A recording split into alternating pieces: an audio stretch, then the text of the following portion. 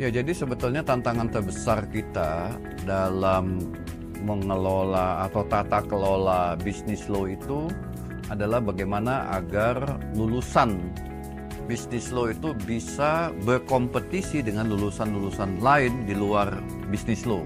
Misalnya dari Fakultas Hukum Universitas Indonesia, Fakultas Hukum Universitas Pajajaran, Fakultas Hukum Universitas Gadjah Mada. Jadi kita bagaimana yang menjadi kompetitor kita sejak awal itu bukan Fakultas Hukum swasta, tapi Fakultas Hukum Negeri. Jadi tantangan terbesar adalah bagaimana menyeimbangkan, menyetarakan lulusan dari bisnis law itu sama atau setara dengan lulusan-lulusan dari Fakultas Hukum Negeri yang terbaik di Indonesia.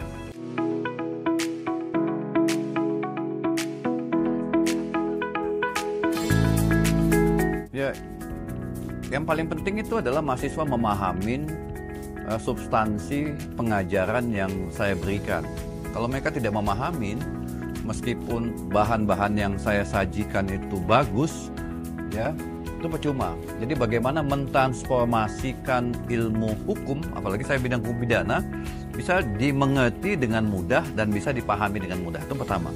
Yang kedua adalah membangkitkan motivasi mahasiswa supaya mau mendalami pengetahuan yang didapat di kelas dengan mendalaminya di luar kelas. Misalnya mendiskusikannya dengan teman-teman di kelasnya atau mencari bahan-bahan tambahan yang ada di berbagai literatur hukum untuk meningkatkan kapasitas keilmuannya. Jadi tantangan di situ. Jadi metode pengajaran itu bagaimana mudah dipahami. Yang kedua, memotivasi mahasiswa sehingga mahasiswa menambah pengetahuannya di luar dari apa yang didapat di kelas.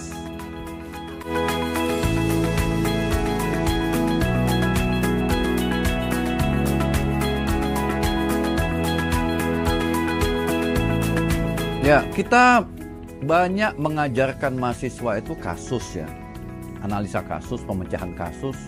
Teori ada tapi tidak terlalu banyak.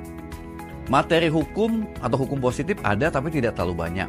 Jadi adalah yang kita latih mahasiswa itu adalah bagaimana dia menyelesaikan kasus. Jadi dari dimensi kasus baru masuk ke teori, baru masuk ke norma. Ya, jadi kita sebagian besar ya dosen mengajarkan seperti itu, kasus dulu, teorinya baru norma. Mungkin kalau di tempat lain, dia mengajarkan norma dulu atau teori dulu baru kasus. Jadi kita memang mulainya dari kasus, situasi-situasi yang perlu dipecahkan mahasiswa, sehingga mahasiswa tertantang untuk mendalamin, menyelesaikan kasus tersebut. Jadi harapan saya sebetulnya jurusan ini mendapatkan kepercayaan dari masyarakat dan menjadi salah satu jurusan hukum bisnis yang terbaik di Indonesia, bahkan menjadi salah satu jurusan yang memiliki dimensi global, sehingga dari luar pun pengen belajar di sini. Sudah ada tapi tidak terlalu banyak ya. Sudah ada dari luar pengen belajar di prodi hukum bisnis. Kemudian bagaimana kita bisa mencintai dan menyukai hukum itu sendiri, terutama hukum bisnis. Bagaimana kita bisa terlibat di dalam penyelesaian masalah-masalah hukum bisnis yang sangat kompleks. Jadi hukum bisnis itu berkaitan dengan persoalan bisnis, persoalan ekonomi, dan di dalamnya ada dimensi hukum. Jadi pesan saya adalah ada persoalan hukum bisnis yang belum selesai dan bagaimana kita bisa menyelesaikannya, dan itu hanya didapat dengan belajar di prodi hukum bisnis yang ada di BINUS.